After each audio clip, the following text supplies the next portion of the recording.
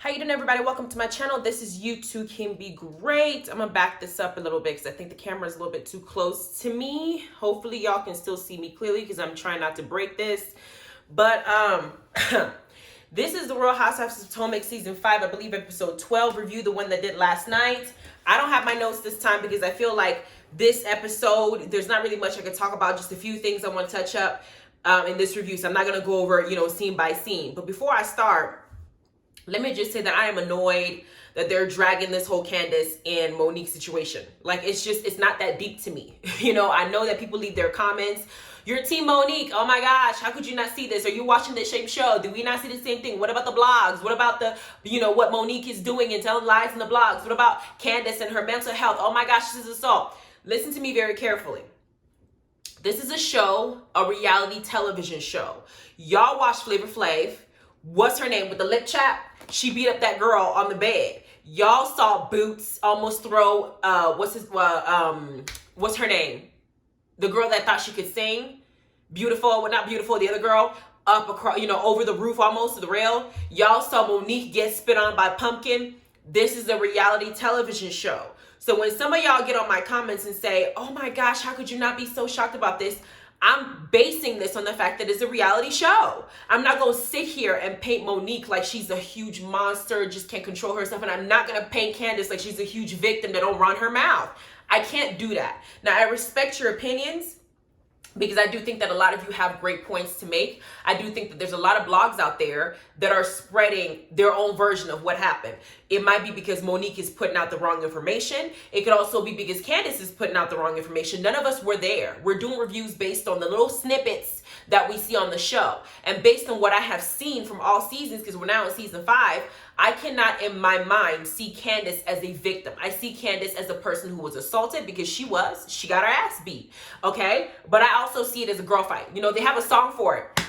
There she goes talking her mess all around town making this dress. I need to get this off my chest, but if a friend wants some, then she'll be next. Y'all heard that song, girl fight. It's a girl fight. Monique, as skinny as her little arms are, Candiace, as skinny as her little arms are, like, I don't see, there was no scratches, no marks, no nothing. It was just more like a shock to your system because somebody had the nerve to put their hands on you in the first place.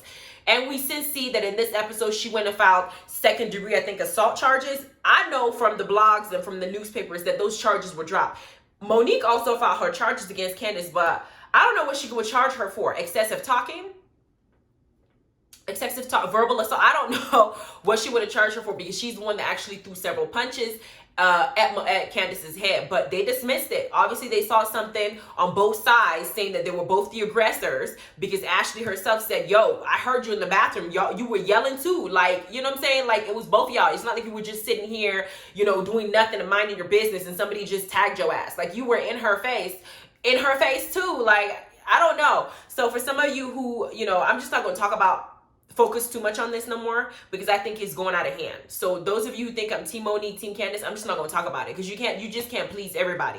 I'm not taking sides on either one. I'm going to be on Karen's mess. I hold both individuals responsible, because I saw some behavioral patterns in Candiace that she exhibited today as well in the table when Ashley was trying to speak her opinion and her husband was sitting there telling her to calm down. She goes above and beyond whenever she's arguing and thinking that people are just going to keep taking that. She did it again today.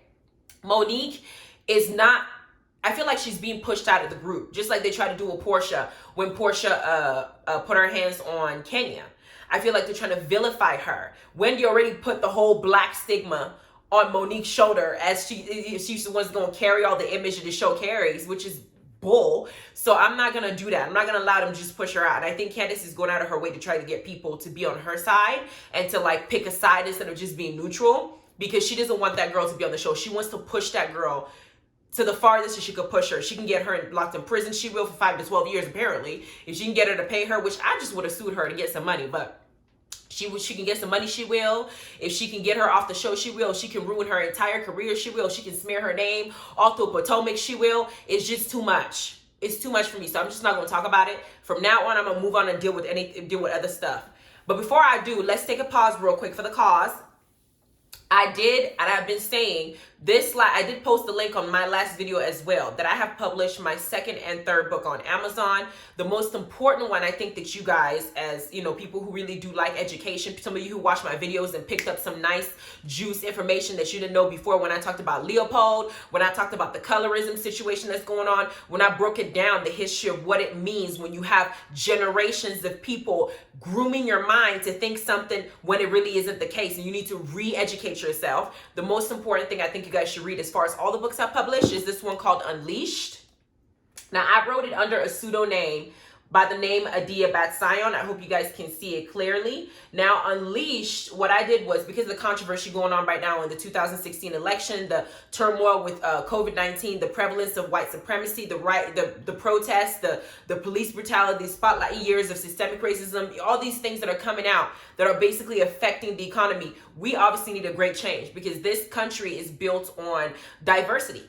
And I think that a lot of us need to understand how we got here, predominantly African Americans, because the history they teach y'all in classrooms isn't our history. It's not the real thing. We need to know exactly, all the way from the beginning of time, who we are as a people. And my book breaks it down in its entirety. It's not going to focus on just slavery or anything like that. There are so many things that are out there that you just don't know. Okay, I can't break it down to you because it's literally a whole book. Like, I had to have like 5-6 pages of sources I put on here. I did some genuine research and I broke it down.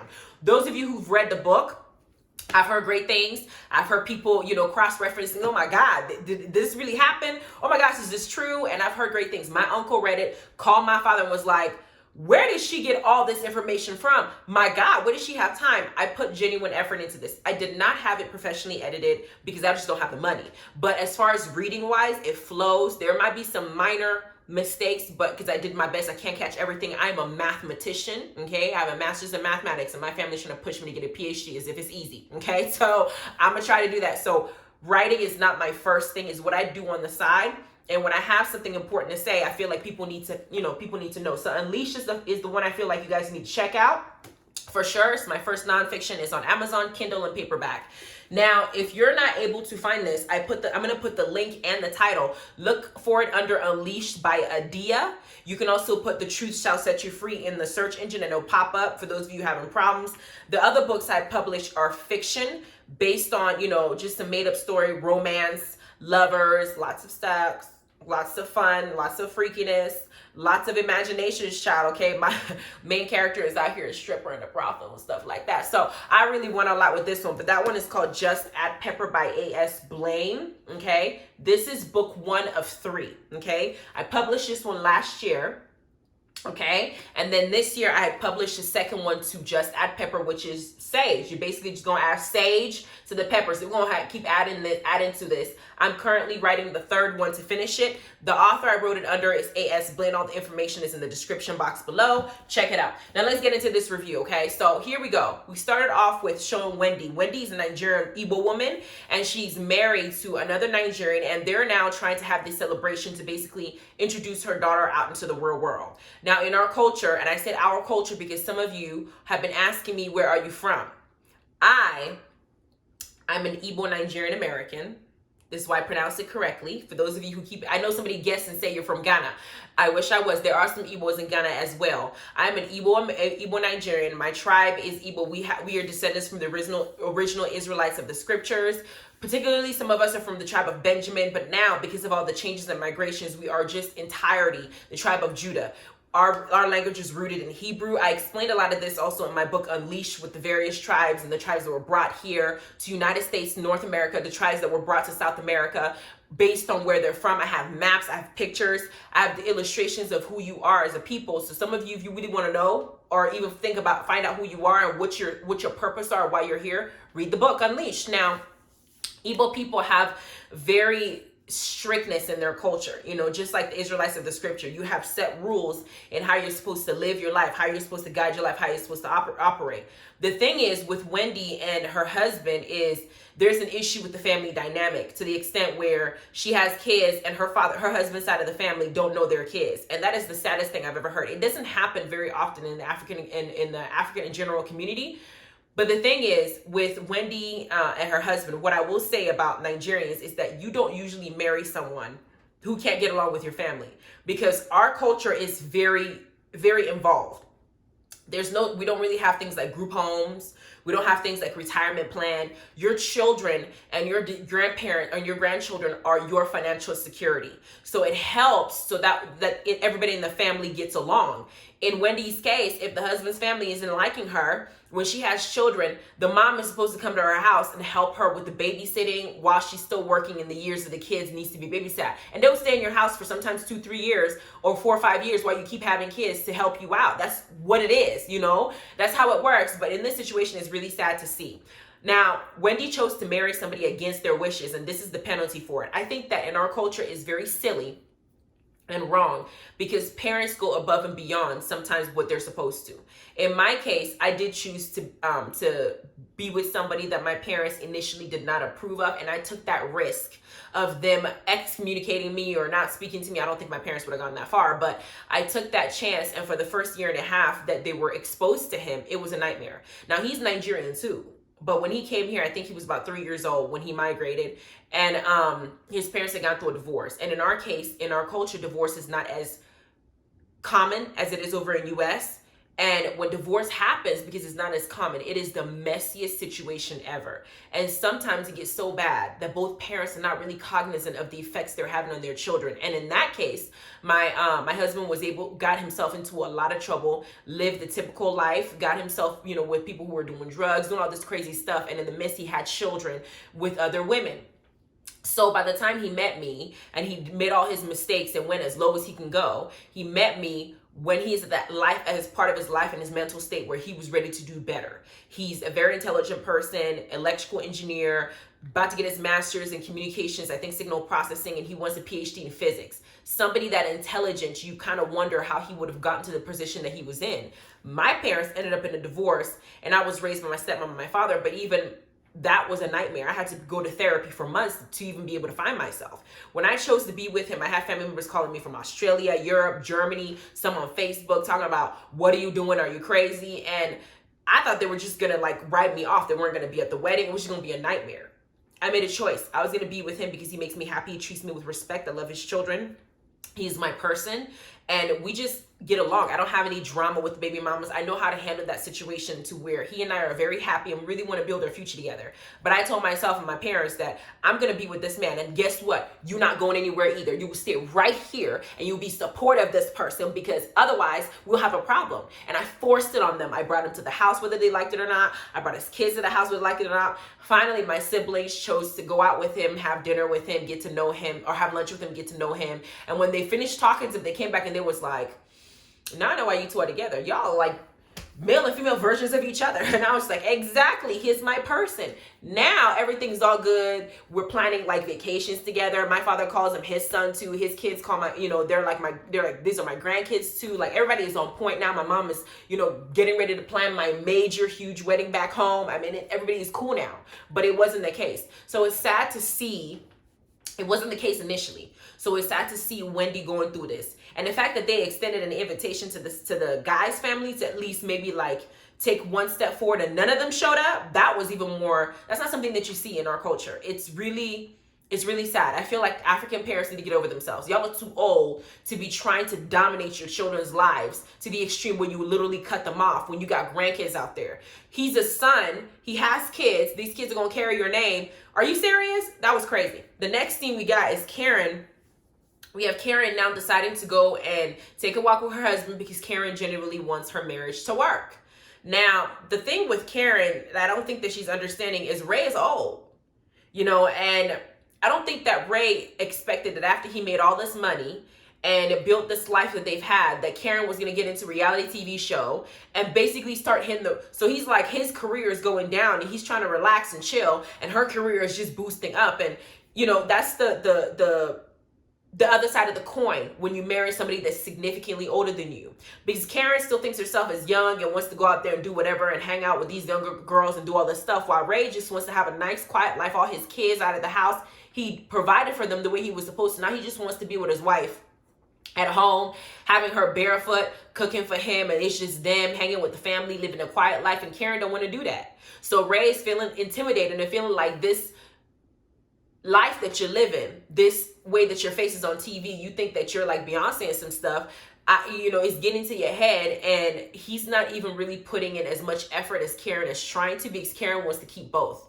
I feel like Ray needs to be careful how he's moving, because if Karen gives up everything that she's worked for just so she can please Ray, she will resent that man till the day he dies. So Ray needs to learn who Karen is now, considering where she is in her life, and see if he can find a balance to where he can still love her, enjoy each other, travel, enjoy life without feeling some type of way. That's how I feel. Now, we get down to Ashley and Michael, Peter Guns of Real Housewives, okay? That's what he sounds like when he opens his mouth. They're in therapy, and they haven't even married that long. They're in therapy, and Michael says something along the lines of, whenever he feels like he's not getting attention, he wants to go and seek it out elsewhere. But attention is one thing, because you can go and try to find conversation with someone. But if attention involves your penis every time that you go out, that is not attention. That is a habitual behavior. This is what you like. You're not comfortable with the same vagina every single night. You want to go out there and just basically go out there and have fun. And you're in your 50s. That's what the issue is. And you got a kid, you got a family. Now, Ashley said that they used to do this before in the past, which is, swingers type thing, or open marriage type thing. Now that she has a kid and she wants to have a family, she's hoping that Michael will reel that in. But Michael is not willing to do that. And Ashley's family made it clear to her that this man doesn't have the maturity to understand that he needs to build a family and not be thinking about his penis. It's not the most important thing. Do I think that Michael is going to change? No. Do I think he's going to do it again? Yes. And I think that when he does, it's going to be another excuse. Michael has been like this before the baby came. He's trying to blame it on the baby, saying, well, Ashley's changed because of the baby. She don't want to live the way that we used to. No, Ashley is a mother, and she's also a wife. And she has chosen to build a family with you. And I think that when she chose to build a family with you, she made it clear, we can't just be living like we're out here in our honeymoon phase trying to do everything with a pulse. We need to reel it in and start acting like adults. That's what she's doing. She's being more mature and grown. I never thought that Ashley would be the one that's grown in this season. I really didn't. But hell, Ashley's proving me wrong, and I love the way that she's going. And hopefully she got that prenup, that postnup set up, because baby, this ain't gonna work. Now we get to another scene that I want to discuss is with who else do we want to talk about? What else happened in this? Okay, yeah, Candiace is now gonna go file assault charges on Monique, and she told the lawyer that she wants to push this as far as the legal system can push it. Now, her mom was advocating for her to go and file these charges, but her mom was one who had ass over the head with a purse. Am I hallucinating, or did her mom hit her with a purse? That's also assault. Now, everybody can say, oh, it's your mom, you can't, but Candiace went to therapy, told her therapist that it's something that affected her dearly, that her mom would even hit her. She's in therapy right now, saying that Monique's behavior is affecting her dearly because somebody hit her. So, girl, are you going to press charges on your mama as well and push it as far as you can? Because you also, hell, before your mama even put your hands on you, you said that you were going through a lot mentally as well. She was the one who put your ass in therapy in the first place. I can't with Candiace and this charges. I think that if I was her, I would just sue Monique and get some money out of it. Hell, I'd be like, Monique, if you're sorry, pay for my next vacation for me and my husband. This is where we want to go. Give us some spending money, and we just call it even. All this excess trying to get this woman to go to prison for like 12 years when all she did was beat your ass, girl. I don't think it's that serious. I think you had a girl fight. I think you have every right to be hurt by this girl fight. I think you have every right to feel pain by this girl fight. And I think that you have every right to seek some kind of compensation for this girl fight because somebody put their hands on you, right? But 5 to 12 years, we're putting her in the same caliber as somebody who didn't, what is that? Like second degree murder or something? Like, no, girl, I think it's going too far. Because now that we're at Wendy's party, right?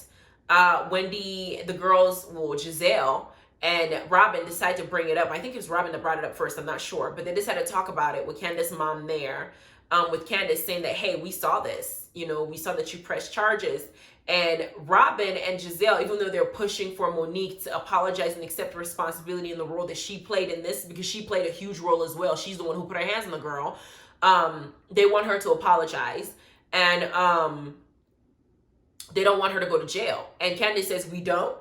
Candiace at this point is being vindictive.